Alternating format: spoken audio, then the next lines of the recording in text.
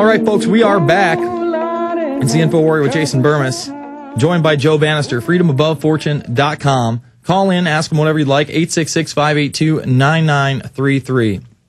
Now, you go to court, and you're found not guilty on all charges. I mean, that's got to feel good, right?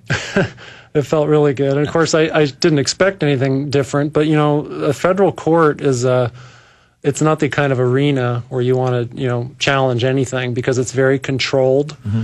And, you know, you really don't know for sure, as innocent as you might be. And there are other innocent people who have been convicted. Mm-hmm. But I fortunately had a jury of people who were listening. They were intent on what was going on.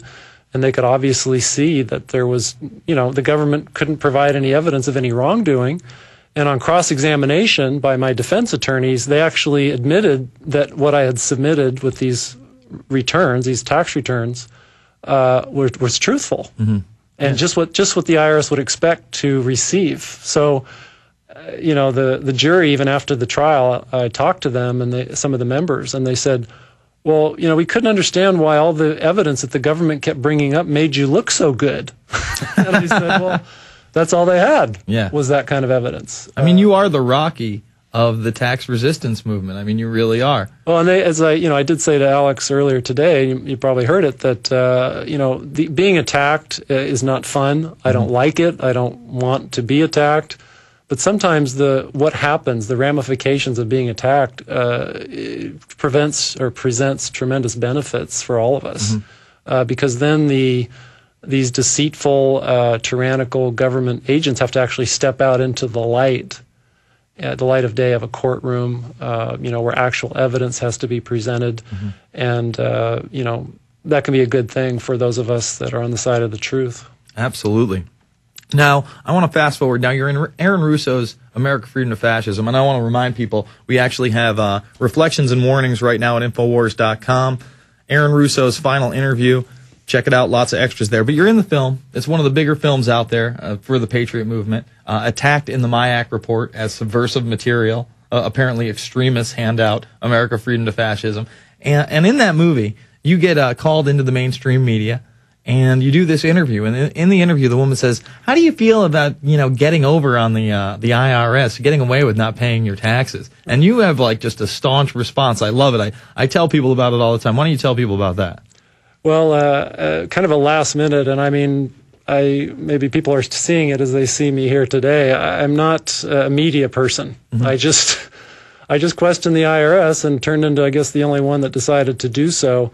But I was asked to be on this MSNBC show hosted by Maria Bartiromo, and she was kind of, you know, what I would call your typical mainstream media hostess, where she seems to have an agenda that has nothing to do with the truth, and she seemed to be implying that I was hiding and getting away with something. And she point blank asked me, "How have you gotten away with not paying your taxes all these years?" Mm-hmm. And, you know, I was incensed by that question, and I tried to, you know, remain composed. But I said, I've not gotten away with anything. I'm not hiding from anyone. I'm simply trying to ask questions from the agency about what my responsibilities are and what the responsibilities are for the rest of America. And they seem extremely hesitant to respond, to actually sit down with the American people and discuss it. And I remember saying that, you know, instead of pulling up a chair to sit down with you, they pull out a club to beat you with. Mm-hmm. Yeah, exactly. And that's exactly how they do it. It's like they're the enforcement arm of the mafia.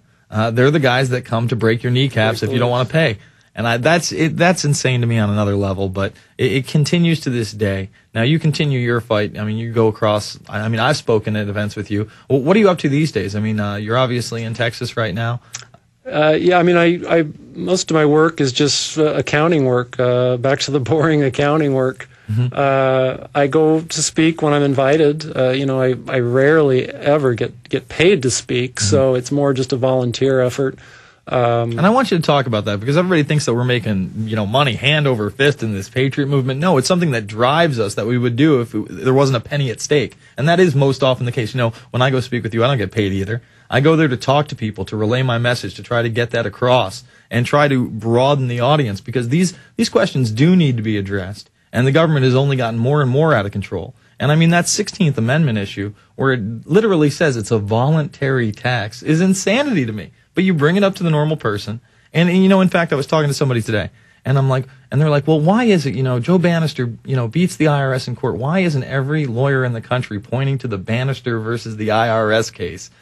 Well, the problem is that, we have no hand in how our legal system has come to be. But a trial at the trial level is not something that has any precedent to it, other than it's a fact that I was acquitted after being charged with these heinous crimes.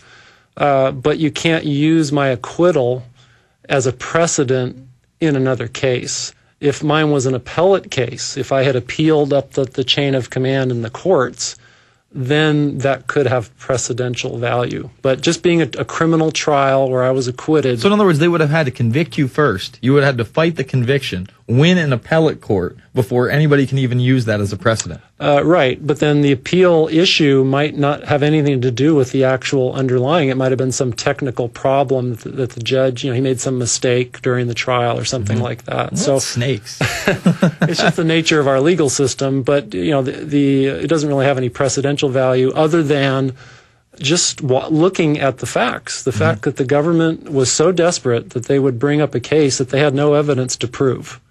Just to discredit me, just to shut me up and put me away in a cage for 3 to 4 or 5 years. And, what they would do to try to make that happen. And of course, they got caught with their hand in the cookie jar.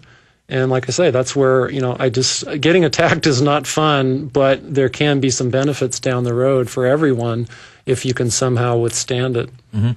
Now, we'll get into Snipes in a moment, but I want to take a call, and then I want to talk about what we do know. I mean, Snipes did beat a lot of this rap. I mean, he beat all the felony charges, which is incredible, and that's something that the government really doesn't even want to talk about. They were kind of able to get him backdoor with these misdemeanors, and I guess that still looks like it's in appeals, because we did, in the break, go look it up and try to see if he had, gotten that appeal. It doesn't look like it. So let's go to Kathy in Pennsylvania. Kathy, you're on the line. Hi, I can't believe I'm talking to you. Jason, first of all, I want to congratulate you for where you are. The first time I saw you was on Democracy Now!, and you were up against Popular Mechanics, and I said, this kid is telling the truth. I'm an old lady. So I said, this kid's telling the truth. I can tell by his body language he's telling the truth. So I looked at Loose Change, second edition. From there, I found Aaron Russo. From there, I found Alex Jones, and there you are. Oh, excellent. Ted, Joe, you're great. I loved you in Aaron Russo. I got to see that on the free channel that we had when I was living in Tampa, and it was just before tax time. I didn't want to pay my taxes. I'm listening. The whole thing was wonderful. You were great in it, and I started doing my own investigation on the IRS, and I came across Pete Hendrick after a year and a half. I came across Pete Hendrickson's Cracking the Code. And I got my money back from the IRS, and I want people to know that. It's not just going up against them and having to be in court. You can actually file an amended complaint, and you can cite. This guy took, I don't know how much time to go through all the code, which was like a billion words, and point out where all the fallacies were. And when they say employee, we're tricked into believing we're the employees, but it's really relating to federal employees and people who work for the government and other various people. It's not, income isn't everything that comes in. Income means a certain thing, and he deciphered the whole thing, and I was able to get my tax money back, including Social Security and Medicaid, not only from the federal government, but from the state.